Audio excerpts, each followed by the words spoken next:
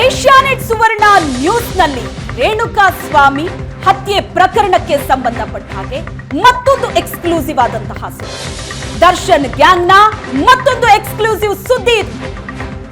Asianet ಸುವರ್ಣ ನ್ಯೂಸ್ನಲ್ಲಿ exclusive ಆಗಿ ನೋಡ್ತಾ ಇದ್ದೀವಿ. ರೇಣುಕಾ ಸ್ವಾಮಿ ಕೊಲೆ ನಂತರ ದರ್ಶನ್ ಗ್ಯಾಂಗ್ ಯಾವ ರೀತಿ ವಿಕೃತಿ ಮೆರೆಯಿತು, ಕೊಲೆ ಮಾಡಿದ ನಂತರ ಆ ಫೋಟೋವನ್ನ ಗ್ಯಾಂಗ್ ಕಳಿಸಿತ್ತು.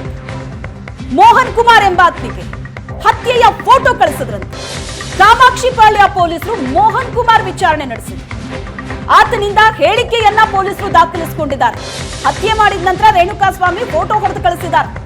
ಎಂತೆಂತ ವಿಕೃತಿ ಮೆರೆದಿದ್ದಾರೆ ಅನ್ನೋದು ತನಿಖೆ ನಡೀತಾ ಇದ್ರೆ ತನಿಖೆಯ ಹಂತದಲ್ಲಿ ಒಂದೊಂದು ವಿಕೃತಿಗಳು ಆಚೆ ಬರ್ತಾ ಇದೆ. ಕೊಲೆ ಮಾಡಿದ ನಂತರ ಆ ಫೋಟೋವನ್ನ ಹೊಡೆದು ಮೋಹನ್ ಕುಮಾರ್ ಅನ್ನೋನಿಗೆ ಕಳಿಸಿದ್ದಾರೆ. ಆ ಮೋಹನ್ ಕುಮಾರ್ ವಿಚಾರಣೆಯನ್ನ ಕಾಮಾಕ್ಷಿಪಾಳ್ಯ ಪೊಲೀಸರು ನಡೆಸಿದ್ದಾರೆ. ಆತನ ಹೇಳಿಕೆಗಳನ್ನ ಕೂಡ ದಾಖಲು ಮಾಡಿಕೊಂಡಿದ್ದಾರೆ. ರೇಣುಕಾ ಸ್ವಾಮಿ ಹತ್ಯೆ, ಅಲ್ಲಿ ದರ್ಶನ್ ಅಂಡ್ ಗ್ಯಾಂಗ್ ಮೆರೆದಂತ ವಿಕೃತಿ, ಆ ಎಲ್ಲ ಸುದ್ದಿಗಳನ್ನ ಕೂಡ ನಾವು ನೋಡಿದ್ವಿ. ಆದ್ರೆ ಹತ್ಯೆ ಮಾಡಿದ ನಂತರ ಆ ಫೋಟೋ ತೆಗೆದು ಈ ಮೋಹನ್ ಕುಮಾರ್ ಎಂಬಾತನಿಗೆ ಕಳಿಸಿರೋ ವಿಷಯ ಗೊತ್ತಾಗ್ತಾ ಇದ್ದಂತೆ ಮೋಹನ್ ಕುಮಾರ್ ವಿಚಾರಣೆ ನಡೆಸಿ ಆತನ ಹೇಳಿಕೆಯನ್ನ ದಾಖಲಿಸಿಕೊಂಡಿದ್ದಾರೆ.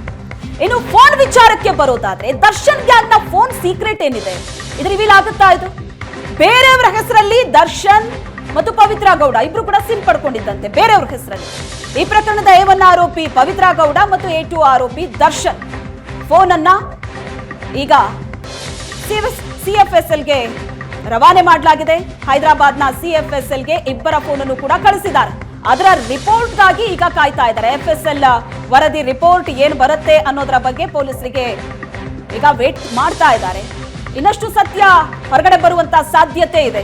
ಇಂಥ ಪ್ರಕರಣದಲ್ಲಿ ಹಲವು ಪ್ರಶ್ನೆಗಳಿಗೆ ಉತ್ತರವನ್ನ ಫೋನ್ ಕೊಡುತ್ತೆ. ಫೋನ್ನ ವರದಿಗೋಸ್ಕರ ಈಗ ಕಾಯ್ತಾ ಇದ್ದಾರೆ ಪೊಲೀಸರು. ಈ ಬಗ್ಗೆ ಹೆಚ್ಚಿನ ಡೀಟೇಲ್ಸ್ ಅನ್ನ ಕೊಡ್ತಾರೆ ನಮ್ಮ ಪ್ರತಿನಿಧಿ ರಮೇಶ್ ಸಂಪರ್ಕದಲ್ಲಿದ್ದಾರೆ. ರಮೇಶ್, ರೇಣುಕಾ ಸ್ವಾಮಿ ಹತ್ಯೆ ಪ್ರಕರಣದಲ್ಲಿ ಒಂದು ರೇಣುಕಾ ಸ್ವಾಮಿ ಮೊಬೈಲ್ಗಾಗಿ ಪೊಲೀಸರು ಸಾಕಷ್ಟು ಹುಡುಕಾಟ ನಡೆಸಿದ್ರು. ಈಗ ದರ್ಶನ್ ಅಂಡ್ ಗ್ಯಾಂಗ್ ನ ಫೋನ್ ಸೀಕ್ರೆಟ್ ಹೊರಗಡೆ ತರೋದಕ್ಕೆ ನೋಡ್ತಾ ಇದ್ದಾರೆ. FSL ರಿಪೋರ್ಟ್ಗೋಸ್ಕರ ಕಾಯ್ತಾ ಇದ್ದಾರೆ. ಸೊ ಈ ರಿಪೋರ್ಟ್ ಯಾವಾಗ ಕೈ ಸೇರ್ಬೋದು? ರಿಪೋರ್ಟ್ ಅಲ್ಲಿ ಈಗ ಹೊರಗಡೆ ಬರ್ತಾ ಇದ್ದಂತೆ ಮತ್ತೊಂದಷ್ಟು ಸತ್ಯ ಹೊರಗೆ ಬರುತ್ತೆ ಅನ್ಸುತ್ತೆ. ಖಂಡಿತ ಶ್ವೇತಾ, ರೇಣುಕಾ ಸ್ವಾಮಿ ಕೊಲೆ ಪ್ರಕರಣಕ್ಕೆ ಸಂಬಂಧಪಟ್ಟದ್ದು ಈಗ ಒಟ್ಟಿಗೆ 17 ಜನರನ್ನೇನು ಅರೆಸ್ಟ್ ಮಾಡಿದ್ದಾರೆ ಪೊಲೀಸರು. ಅವರ ಸಂಬಂಧಪಟ್ಟಂತ ಎಲ್ಲ ಮೊಬೈಲ್ಗಳನ್ನ ಸೀಸ್ ಮಾಡಿರುವಂಥದ್ದು. ಮತ್ತೆ ಬಹುತೇಕರು ವಿಚಾರಣೆಗೆ ಬರುವಂಥ ಸಂದರ್ಭದಲ್ಲಿ ಅವರ ಮೊಬೈಲ್ನ ಡಾಟಾಗಳನ್ನ ಎರೈಸ್ ಮಾಡ್ಕೊಂಡು ಬಂದಿದ್ದಾರೆ, ಯಾವುದೇ ಮಾಹಿತಿಗಳು ಸಿಗಬಾರ್ದು ನಿಟ್ಟಿನಲ್ಲಿ. ಆ ನಿಟ್ಟಿನಲ್ಲಿ ಕೂಡ ಒಂದಷ್ಟು ಮಾಹಿತಿಯನ್ನು ಕಲೆ ಹಾಕುವಂಥದ್ದು ಮತ್ತು ಬೇರೆ ಬೇರೆಯವ್ರ ಜೊತೆ ನಡೆಸಿದಂಥ ಒಂದು ಕಾನ್ವರ್ಸೇಷನ್ಗಳನ್ನ ಇಟ್ಟುಕೊಂಡು ಆ ಬಗ್ಗೆ ಕೂಡ ಒಂದಷ್ಟು ಮಾಹಿತಿಗಳನ್ನು ಕಲೆ ಹಾಕುವಂಥ ಕೆಲಸಗಳು ಕೂಡ ಮಾಡ್ತಾ ಇರುವಂಥದ್ದು. ಆ ನಿಟ್ಟಿನಲ್ಲಿ ಈ CFSL ಹೈದರಾಬಾದ್ನ CFSLಗೆ ಕಾಮಾಕ್ಷಿಪಾಳ್ಯ ಪೊಲೀಸರು ದರ್ಶನ್, ಪವಿತ್ರ ಗೌಡ ಸೇರಿದಂತೆ ಬೇರೆ ಬೇರೆ ಆರೋಪಿಗಳ ಮೊಬೈಲ್ಗಳೇನು ರವಾನೆ ಮಾಡಲಾಗಿದೆ.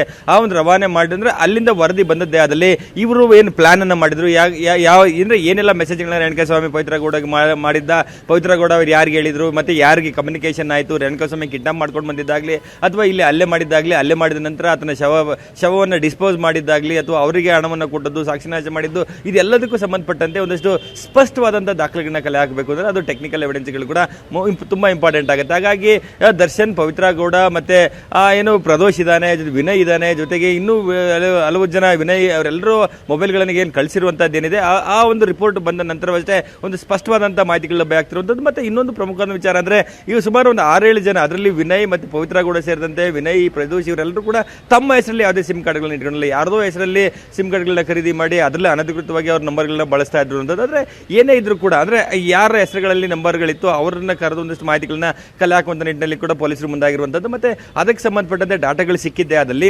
ಅಂದ್ರೆ ಸಿಗುತ್ತೆ ಅಂದ್ರೆ ಒಂದಷ್ಟು ಸಮಯಾವಕಾಶ ಬೇಕಾಗಬಹುದು. CFSL ಇಂದ ರಿಪೋರ್ಟ್ ಬರಲಿಕ್ಕೆ, ರಿಪೋರ್ಟ್ ಬಂದ ನಂತರ ಇದರಲ್ಲಿ ದರ್ಶನ್ ಪಾತ್ರ ಏನು, ಪವಿತ್ರಗೌಡ ಪಾತ್ರ ಏನು ಅನ್ನುವಂಥದ್ದು ಕೂಡ ಸ್ಪಷ್ಟವಾಗಿ ಗೊತ್ತಾಗುತ್ತೆ. ಯಾಕೆಂದ್ರೆ ಕೋರ್ಟ್ನಲ್ಲಿ ಡಿಜಿಟಲ್ ಎವಿಡೆನ್ಸ್ಗಳೇನಿದೆ ಅದು ತುಂಬಾ ಇಂಟ್ಯಾಕ್ಟ್ ಆಗಿ ಕೋರ್ಟ್ ಅದನ್ನು ಗಮನಿಸುವಂತ ಸಾಧ್ಯತೆ ಇರ್ತದೆ. ಯಾಕೆಂದ್ರೆ ಅದರಲ್ಲಿ ಯಾರೇ ಒಬ್ಬ ವ್ಯಕ್ತಿ ನೋಡಿದಂತ ವ್ಯಕ್ತಿ ಸಾಕ್ಷಿದಾರರಾಗಲಿ ಸುಳ್ಳು ಹೇಳ್ಬೋದು, ಆದ್ರೆ ಡಿಜಿಟಲ್ ಎವಿಡೆನ್ಸ್ಗಳು ಯಾವ ರೀತಿ ಅಂತ ಸುಳ್ಳುಗಳನ್ನ ಹೇಳಿಲ್ಲ. ಸೊ ಹಾಗಾಗಿ ಅಂತಹ ನಿಟ್ಟಿನಲ್ಲಿ ಒಂದಷ್ಟು ಎವಿಡೆನ್ಸ್ಗಳನ್ನ ಕಲೆ ಹಾಕುವ ನಿಟ್ಟಿನಲ್ಲಿ ಪೊಲೀಸರು ಮುಂದಾಗಿದ್ದಾರೆ. ಶ್ವೇತಾ.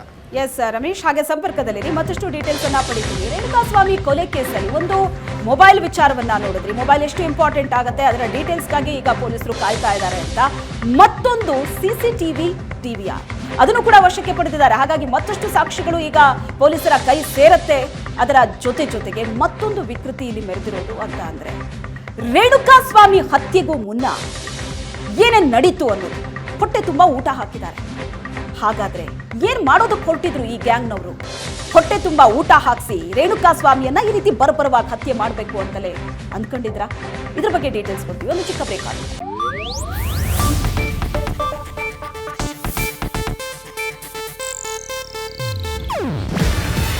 ಇದು ಏಷ್ಯಾನೆಟ್ ನ್ಯೂಸ್ ನೆಟ್ವರ್ಕ್ ಪ್ರಸ್ತುತಿ.